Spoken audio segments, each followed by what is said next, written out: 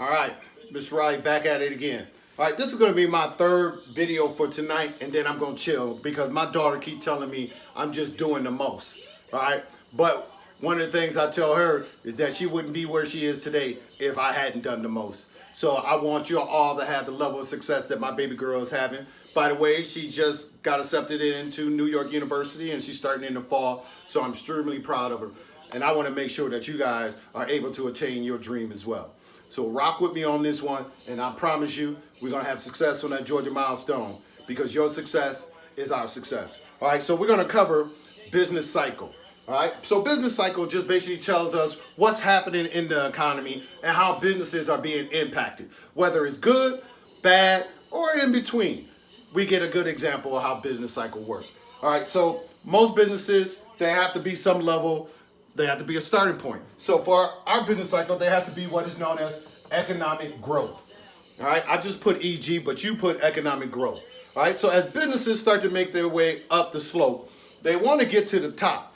The top is known as the peak. All right, here, this is a good time for businesses. Here, prices are high. All right, because if you're a supplier, you want to sell your product at the highest price possible. All right. Also, demand is high. People actually want your product, all right? And full employment exists. So everybody, for the most part, has a job. At the peak, remember, we won't ever have 100% employment, but we will have full employment, and we look for the unemployment rate at this point to be between 4 to 6%, all right? That's what we look for throughout most economies in the world to find out how healthy they are, all right? So businesses are trying to get to this peak. And for them, this is a great time. Businesses are expanding. They're investing their money in hope that they can continue growing. But often there's also a downturn in the economy that causes businesses to respond. So when businesses or the economy starts to decline, businesses respond in a certain way. So as businesses or the economy starts to leave from that peak, from that moment of good time, they start to slide into what is known as a contraction. That means our economy is shrinking, all right? So businesses become concerned about the future, and what they start to do is that they start to lay workers off, all right? So another name for the contraction is also known as a recession. Now, this normally tends to last 2 quarters or 6 months, but you're likely to see it on the Georgia milestone in terms of quarters. So just keep in mind that 6 months, 2 quarters. All right, and this normally takes place here. Now, as businesses start to move into a recession, all right, the prices of those items sometimes tend to decrease. They don't always decrease because recessions, like I said, only tend to last about 6 months. But one of the things that businesses do for sure is that they start to lay workers off or fire them.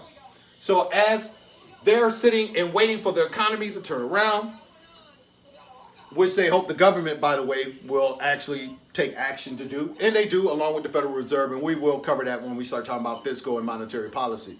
So as businesses start to go into a recession, now there's an opportunity or a chance, I should say not opportunity, but there's a chance that we can actually go even further and hit rock bottom. This is the worst of all economic conditions. This is where we definitely do not want to be, all right? Because here at a drought or a depression,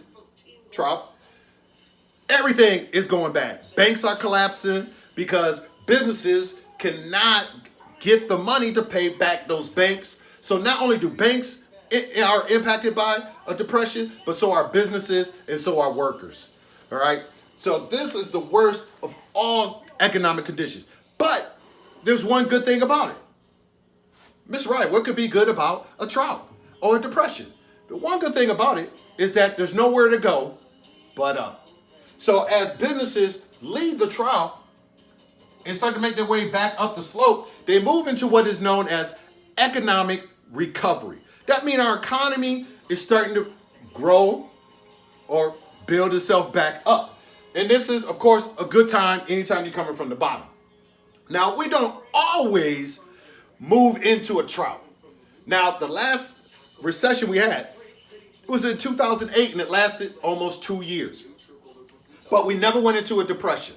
So Obama was actually able to move us out of a recession and into economic recovery. All right. Yes, you heard me say economic recovery. This could also be economic expansion. All right. So in that case, the economy recovered, it started to expand, and we moved back up here to the peak, which is known as what? Great times, people. Great times. So make sure, all right, that you have an understanding of the peak and what's happening at the peak. As I stated before, high prices, high demand, full employment. Recession, businesses start to respond by laying workers off and cutting back on costs. Drought, businesses are going out of business, banks are closing, and it's a struggling time for you and I. Economic recovery, hey, it's just like going into a hospital to get better. Our economy is starting to turn around.